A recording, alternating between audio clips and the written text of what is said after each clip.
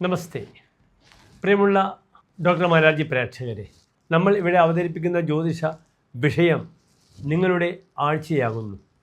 നിങ്ങളുടെ ആഴ്ചയിൽ ഈ വാരത്തിൽ സെപ്റ്റംബർ മാസം 24-ാം തീയതി മുതൽ 30-ാം തീയതി വരെയുള്ള 7 ദിവസങ്ങളെയാണ് പ്രതിപാദിക്കുന്നത്.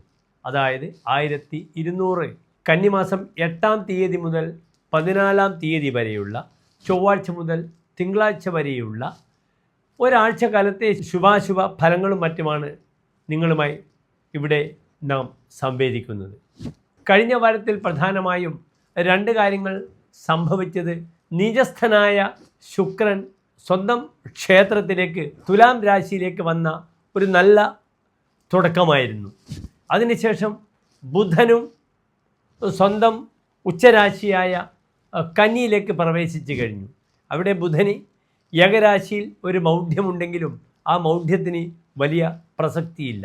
അതിനാൽ ഈ വാരം ഈ പ്രധാനപ്പെട്ട ഗ്രഹങ്ങളുടെ മാറ്റം എങ്ങനെയാണ് മേടം മുതലായ 12 രാശിക്കാരെയും സ്വാധീനിക്കുക എന്ന വിഷയമാണ് ഡോക്ടർ മാരാർജി ചർച്ച ചെയ്യുന്നത്. ആദ്യമായി മേടം രാശി.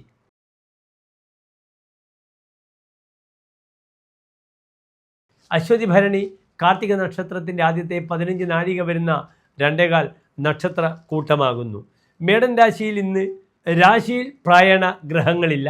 2-ാം ഭാവത്തിൽ ചന്ദ്രൻ, വ്യാഴം, 3-ാം ഭാവത്തിൽ ചൊവ്വ, 6-ാം ഭാവത്തിൽ സൂര്യൻ, ബുധൻ, കേതു, 7-ാം ഭാവത്തിൽ ശുക്രൻ, 11-ാം ഭാവത്തിൽ ശനി, 12-ാം ഭാവത്തിൽ രാഹു. ഇങ്ങനെയാകുന്നു ഗ്രഹനില.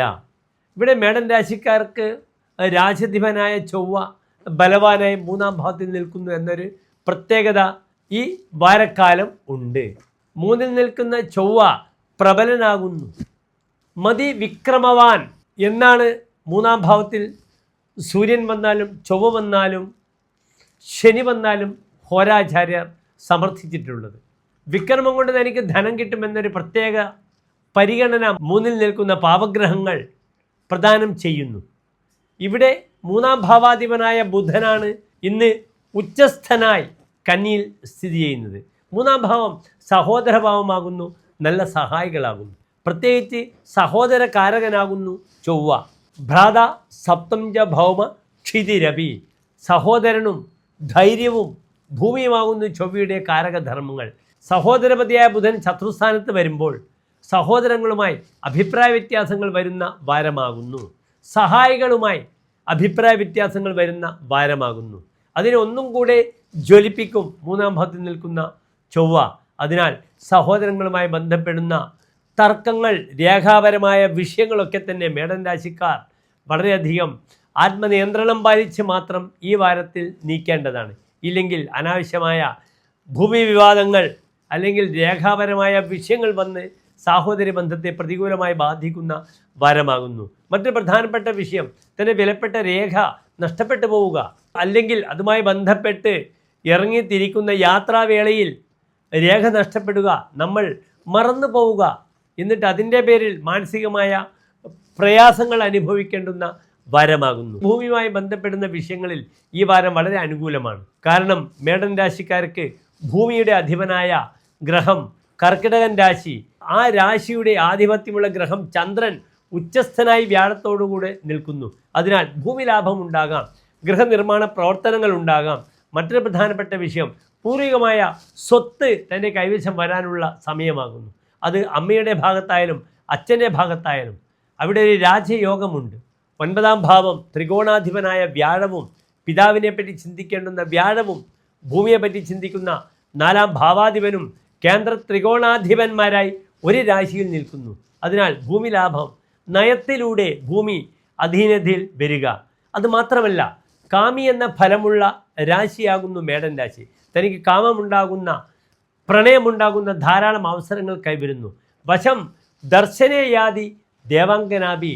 തൻ്റെ മുന്നിൽ ദേവസ്ത്രീകൾ തനിക്ക് അധീനമാകും എന്നാണ് 2-ാം ഭാവത്തിൽ ചന്ദ്രൻ വരുമ്പോൾ പറഞ്ഞിരിക്കുന്നത്. അതിനാൽ പുതിയ ചില പ്രണയബന്ധങ്ങൾ ഉടലെടുക്കും ഈ വാരം. അതിന് പുറമെ വിവാഹ തീരുമാനങ്ങൾ ഉണ്ടാകാം. 7-ാം ഭാവത്തിൽ ശുക്രനാണ്.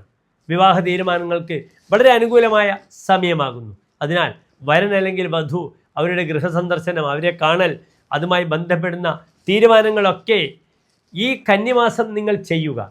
അത് തീരുമാനിക്കുന്നതൊക്കെ തുലാം മാസത്തിലാകട്ടെ. കന്നിമാസത്തിൽ വിവാഹ വിഷയങ്ങളോ അല്ലെങ്കിൽ വിവാഹ നിശ്ചയാദി കർമ്മങ്ങളോ ആരും ചെയ്യാറില്ല. കർമ്മമേഖലയിൽ പ്രതിസന്ധികളൊന്നുമില്ല. ധാന്യലാഭമുണ്ടാകുമെന്നൊരു ഫലം പറഞ്ഞിട്ടുണ്ട്. അതിനാൽ സാമ്പത്തികമായ ഔന്നത്യം ഈ വാരം വളരെ നന്നായി മേടം രാശിക്കാർക്കുണ്ടാകും. ശത്രുക്കൾ നമ്മളെ കൊണ്ട് ഉപദ്രവങ്ങൾ ഏറ്റുവാങ്ങും. ശത്രുക്കൾക്ക് നമ്മെ ഒന്നും ചെയ്യുവാൻ കഴിയുകയില്ല. ആ ധൈര്യത്തിൽ മേടം രാശിക്കാർ മുന്നോട്ട് നീങ്ങുക. മറ്റ് വലിയ തടസ്സങ്ങളൊന്നുമില്ല. 7ാം ഭാവത്തിൽ നിൽക്കുന്ന ശുക്രൻ വിദേശയാത്രയ്ക്ക് അനുകൂലമായ സമയമാണ്. അതിനാൽ നല്ല ജ്യോത്സ്യരെ കണ്ട് നിങ്ങളുടെ യാത്ര മുഹൂർത്തം കുറിച്ച് നിങ്ങൾ യാത്ര ചെയ്യുക. പ്രിയ കലഹ അസ്തഗതേ സുരദേപ്സുഹു എന്നാണ് 7ൽ നിൽക്കുന്ന ശുക്രൻ്റെ ഫലം പറഞ്ഞിരിക്കുന്നത്. തന്നെ പ്രിയയുമായിട്ട് കലഹിക്കുവാനുള്ള ചില അവസരങ്ങളൊക്കെ കൈവരുന്നതാണ്. അതിനാൽ പുതിയ ചില സൗഹൃദങ്ങൾ ദാമ്പത്യത്തെ ബാധിക്കാതെ നോക്കേണ്ടതാണ്. കൂടുതൽ ധൈര്യം പ്രകടിപ്പിക്കും മേടൻ രാശിക്കാർ. സ്വതവേ ഇവർ ധീരരാണ്. 3ൽ ചൊവ്വ നിൽക്കുമ്പോൾ എടുത്തുചാട്ടം, സാഹസികത അത് ഒഴിവാക്കിയാൽ ഫാമിലി ലൈഫിൽ വലിയ ബുദ്ധിമുട്ടുകൾ ഒന്നും തന്നെ ഉണ്ടാവുകയില്ല. അടുത്തതായി നാം ചർച്ച ചെയ്യുന്നത് ഇടവം രാശിക്കാരുടെ ശുഭാശുഭ ഫലങ്ങളാണ് ഈ വാരത്തെ.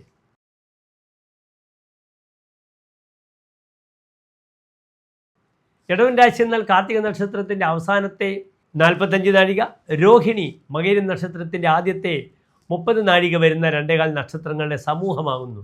ഇവിടെ ഇന്ന് ഇടവൻ രാശിക്കാർക്ക് രാശിയിൽ ചന്ദ്രനും വ്യാഴവും, 2ൽ ചൊവ്വ, 5ാം ഭാവത്തിൽ സൂര്യൻ, ബുധൻ, കേതു, 6ൽ ശുക്രൻ, 10ാം ഭാവത്തിൽ ശനി, 12ൽ രാഹു, ഇങ്ങനെയാകുന്നു ഗ്രഹസ്ഥിതി.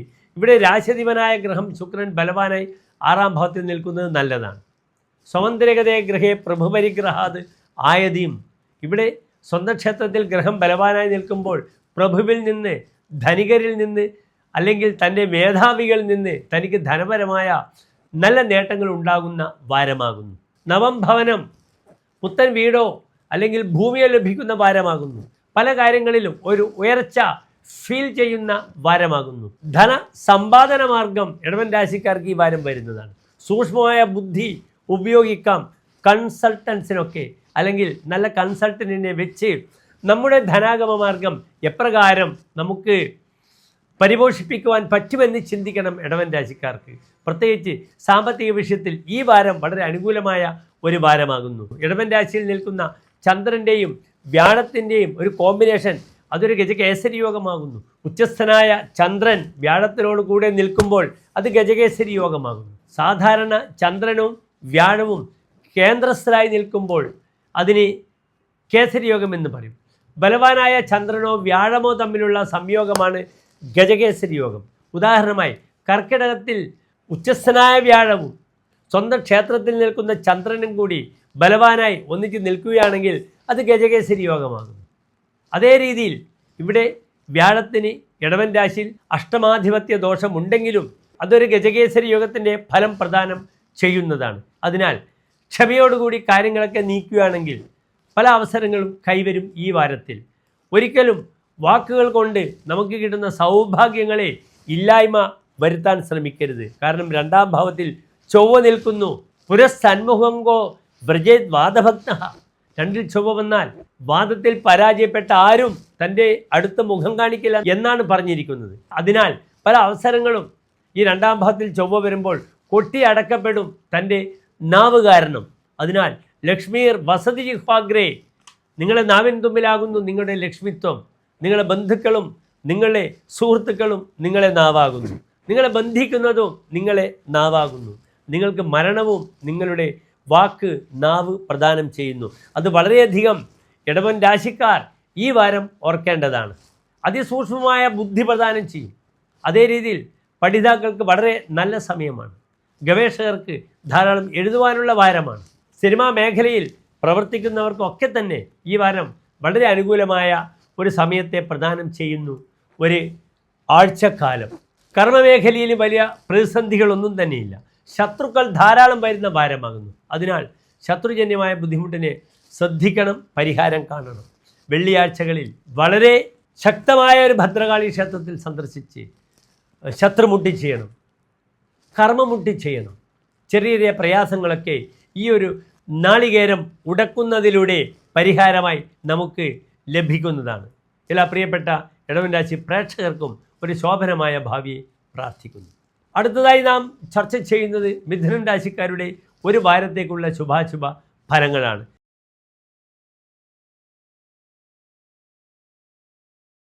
മകയിരം നക്ഷത്രത്തിൻ്റെ ആദ്യത്തെ 30 നാഴിക, തിരുവാതിര, പുണർദം നക്ഷത്രത്തിൻ്റെ ആദ്യത്തെ 45 നാഴിക വരുന്ന 2.25 നക്ഷത്ര സമൂഹ കൂട്ടമാകുന്നു. ഇവിടെ മിഥുനൻ രാശിക്കാർക്ക് രാശിയിൽ ചൊവ്വയും 4-ാം ഭാവത്തിൽ ബുധൻ, സൂര്യൻ, കേതുവും 5-ൽ ശുക്രനും, 9-ാം ഭാവത്തിൽ ശനിയും, 10-ാം ഭാവത്തിൽ രാഹുവും, 12-ാം ഭാവത്തിൽ ചന്ദ്രനും വ്യാഴവും നിൽക്കുന്നു. ഇവിടെ മിഥുനൻ രാശിക്കാർക്ക് കുടുംബപതിയായ ചന്ദ്രനാണ് 12-ാം ഭാവത്തിൽ നിൽക്കുന്നത്. അതൊരു നല്ല യോഗമല്ല. വ്യാഴവും 12-ലാണ്. ഇവിടെ കേസരി യോഗത്തിന് പ്രസക്തിയില്ല. ചൊവ്വയും വ്യാഴവും കൂടിയുള്ള ആ സംയോഗം 12-ാം ഭാവത്തിൽ നിൽക്കുന്നത് സ്വതവേ കുടുംബ ജീവിതത്തിലുള്ള സമാധാനം വളരെയധികം കുറക്കുന്നതാണ്. ശശി ദ്വാദശേ ശത്രു നേത്രാദി ചിന്ത, കണ്ണുകളെയും ശത്രുക്കളെയും ശ്രദ്ധിക്കണമെന്നാണ് 12-ാം ഭാവത്തിൽ ചന്ദ്രൻ നിൽക്കുമ്പോൾ പറഞ്ഞിരിക്കുന്നത്. പിതൃവ്യാധി മാത്രാദിന അന്തർവിഷാദ, അച്ഛനെയും അമ്മയെയും പറ്റിയുമൊക്കെ തന്നെ തനിക്ക് വളരെയധികം മാനസികമായ പ്രയാസങ്ങളുണ്ടാകും. എന്നാൽ ചാപ്നോതി കാമം, പ്രിയ അല്പപ്രിയത്വം, തൻ്റെ പ്രിയപ്പെട്ട ഭാര്യയോട് ഇഷ്ടക്കുറവ് പ്രകടിപ്പിക്കുന്ന വാരമാകുന്നു. തനിക്ക് പല കാര്യങ്ങളും സാമ്പത്തികമായി താൻ ആഗ്രഹിച്ച പല കാര്യങ്ങളും വിരൽത്തുമ്പിൽ എത്തുമ്പോൾ നഷ്ടപ്പെടും. നെറ്റിത്തടത്തിന് നേരെ എത്തുമ്പോൾ നഷ്ടപ്പെടും. താൻ ആഗ്രഹിച്ച കാര്യങ്ങൾ നേടാതെ മാനസികമായ ബുദ്ധിമുട്ടുകൾ അനുഭവിക്കും ഈ ഒരു വാരം. അതിനാൽ ശ്രദ്ധിക്കുക, പ്രകോപനം പാടില്ല. ലഗ്നത്തിൽ നിൽക്കുന്ന ചൊവ്വ മിഥുനൻ രാശിക്കാർക്ക് ഇമ്മീഡിയറ്റായി അനാവശ്യമായി പല കാര്യങ്ങളിലും പ്രതികരിക്കുവാനും വാശിയും വീറും വൈരാഗ്യവും പ്രകടിപ്പിക്കുവാനുള്ള അവസരം കൈവരുത്തുന്നതാണ്. അതിനാൽ വളരെയധികം ക്ഷമാശീലമായി ഓരോ കാര്യങ്ങളും മുന്നോട്ട് നീക്കുക. ഇവിടെ രാശിധിപനായ ബുധൻ ഉച്ചസ്ഥായി നിൽക്കുന്നു. നല്ല പല സൗഹൃദങ്ങളും മിഥുനൻ രാശിക്കാർക്ക് ലഭിക്കുന്ന വാരമാകുന്നു. ചതുർത്ഥേ ചരേ ചന്ദ്രജസ് ചാരുമിത്രോ വിശേഷാധിക ഭൂമിനാഥാങ്കണസ്യ, തൻ്റെ ഊർജ്ജസ്വലത കാരണം പല സുഹൃത്തുക്കളും പല കാര്യങ്ങളും താനുമായി ഡിസ്കസ് ചെയ്യും. അത് ഭാവിയിൽ ഗുണമാകും. അതിനാൽ ഭാവിക്കുതകുന്ന രീതിയിലുള്ള എല്ലാ ചർച്ചകളിലും നിങ്ങൾ പങ്കെടുക്കുക. ധനം ഇൻവെസ്റ്റ് ചെയ്യേണ്ട ആവശ്യമില്ല. ദാമ്പത്യ വിഷയത്തിലും അത്ര സുഖകരമായൊരവസ്ഥയല്ല. ഈ വാരം നിർബന്ധമായും നമ്മുടെ കുടുംബത്തിലും അതേ രീതിയിൽ സുഹൃത്തുക്കളുടെ ഇടയിലും ജനങ്ങളും അനാവശ്യമായി പല കാര്യങ്ങളിലും നമ്മൾ തർക്കിക്കും. അതിനൊരു കാരണം നമ്മുടെ ലഗ്നത്തിലുള്ള ചൊവ്വ തന്നെയാണ്. ഈഗോയിസ്റ്റായ നാം ഈ വാരത്തിൽ ചൊവ്വ കാരണം അനാവശ്യമായി വാഗ്വാദങ്ങളിലൊക്കെ ഏർപ്പെടും. അതേ രീതിയിൽ വിദേശയാത്ര ആഗ്രഹിക്കുന്ന വ്യക്തികളും വളരെയധികം ക്ഷമാശീലത്തോടുകൂടി ഗുണപരമായ മാറ്റങ്ങൾ ഉണ്ടെങ്കിൽ മാത്രം യാത്ര ചെയ്യുക. അല്ലെങ്കിൽ യാത്രയിൽ അനാവശ്യമായി പ്രയാസങ്ങളുണ്ടാകും. അസമയത്ത് ഇരുചക്ര വാഹനങ്ങളിൽ യാത്ര ചെയ്യുന്നത് ആശാസ്യമായൊരു പ്രവൃത്തിയല്ല. കാരണം അധോമുഖ രാശിയാണ്. മിഥുനൻ രാശി ദ്വിപാദ് രാശിയാണ്, 2 പാദങ്ങളുള്ള രാശിയാണ്. അതിനാൽ വാഹനാപകടം ഉണ്ടാകും. അസമയത്തുള്ള യാത്ര വേണ്ട എന്ന് വെക്കണം. ഈ വാരത്തിൽ എന്തെങ്കിലും പുതിയ പുതിയ ഉത്തരവാദിത്തങ്ങൾ തനിക്ക് ലഭിക്കുമ്പോൾ, പ്രാധാന്യം ലഭിക്കുമ്പോൾ അതിനെ സ്വീകരിക്കണം. ദോഷപരിഹാരമായി ശിവക്ഷേത്രത്തിൽ മൃത്യുഞ്ജയ പുഷ്പാഞ്ജലി ചെയ്യുന്നത് വളരെ ഗുണമാണ്. അതേ രീതിയിൽ വിഷ്ണു ക്ഷേത്രത്തിൽ തുളസിമാല, പാൽപ്പായസം വഴിപാടുകൾ ചെയ്യുക. സ്ത്രീകൾ പ്രത്യേകിച്ച് തിങ്കളാഴ്ച സോമവാര വ്രതം എടുക്കണം. തൻ്റെ ഭർത്താവിൻ്റെ പേരിലും തൻ്റെ പേരിലും ഐക്യമത്യ അർച്ചന ചെയ്യുക. വിവാഹം ആഗ്രഹിക്കുന്ന പെൺകുട്ടികൾ സോമവാരം വ്രതമെടുക്കുന്നത് ഈ വാരം വളരെ ഗുണകരമാകുന്നു. എല്ലാ പ്രിയപ്പെട്ട മിഥുനൻ രാശി പ്രേക്ഷകർക്കും ഒരു ശോഭനമായ ഒരു വാരത്തെ പ്രാർത്ഥിക്കുന്നു. നന്ദി, നമസ്കാരം.